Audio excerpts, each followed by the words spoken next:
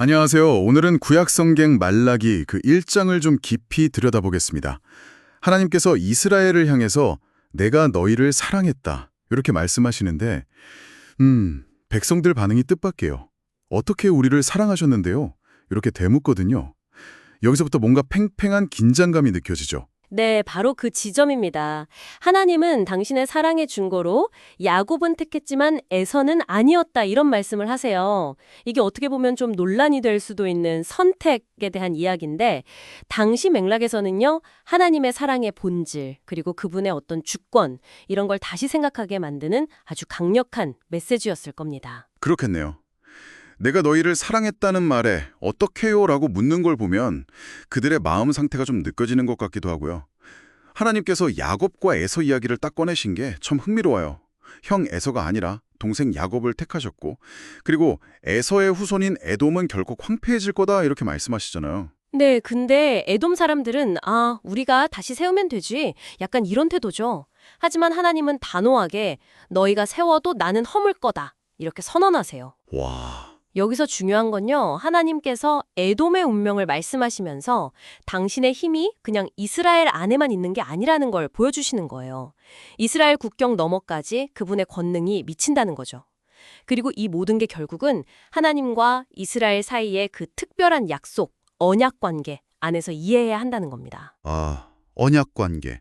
그 관점에서 보니까 이게 더 의미심장하게 다가오네요. 네, 그렇기 때문에 하나님의 사랑에 대한 이스라엘의 응답, 그러니까 합당한 경외심이 중요해지는 거죠. 그렇군요. 그 맥락에서 이제 제사장들의 문제를 보면 이게 훨씬 심각하게 느껴져요.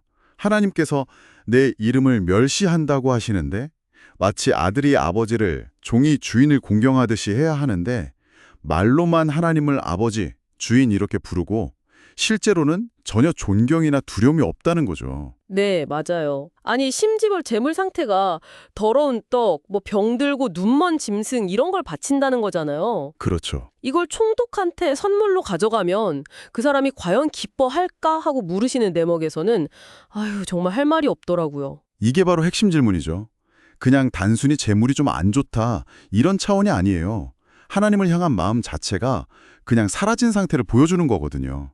내가 아버지인데 나를 공경함이 어디 있느냐? 내가 주인인데 나를 두려워함이 어디 있느냐? 이 하나님의 탄식, 여기에 모든 게 담겨 있는 것 같아요. 마음이 없는 형식적인 행위는 정말 의미가 없는 거죠. 그래서 하나님께서 아예 너희 재물 안 받겠다, 헛되게 불 피우지 않도록 누가 성전문 좀 닫았으면 좋겠다. 이렇게까지 말씀하시는군요. 네, 정말 강하게 말씀하시죠. 심지어 처음에는 흠없는 좋은 것으로 드리겠다고 서원해놓고 뒤로는 병든 것으로 속여서 바치는 그런 행위, 이것도 아주 강하게 책망받습니다. 정말 심각했네요. 네, 그런데 바로 이 지정에서 진짜 예상치 못한 이야기가 나와요. 이스라엘 제사장들이 이렇게 하나님을 실망시키고 있을 때 하나님께서는 오히려 다른 말씀을 하신다는 거죠. 해가 뜨는 곳에서부터 해가 지는 곳까지 이방 민족들 가운데서 내 이름이 크게 될 것이다. 그리고 그들이 나에게 깨끗한 제물을 바칠 것이다. 이렇게 선언하시다니 이거 정말 놀라운데요. 그렇죠. 여기서 우리가 얻을 수 있는 아주 중요한 통찰인데요. 뭐냐면 하나님의 영광이나 그분의 계획이 이스라엘이라는 어떤 특정 민족의 성공이나 실패에만 달려있지 않다는 점이에요.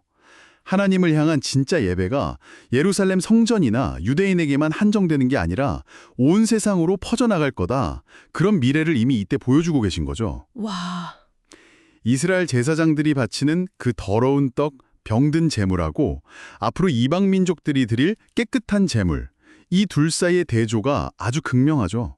메시지를 더 분명하게 만들어주는 것 같아요. 네, 하나님의 계획은 정말 우리의 생각을 뛰어넘는 것 같습니다.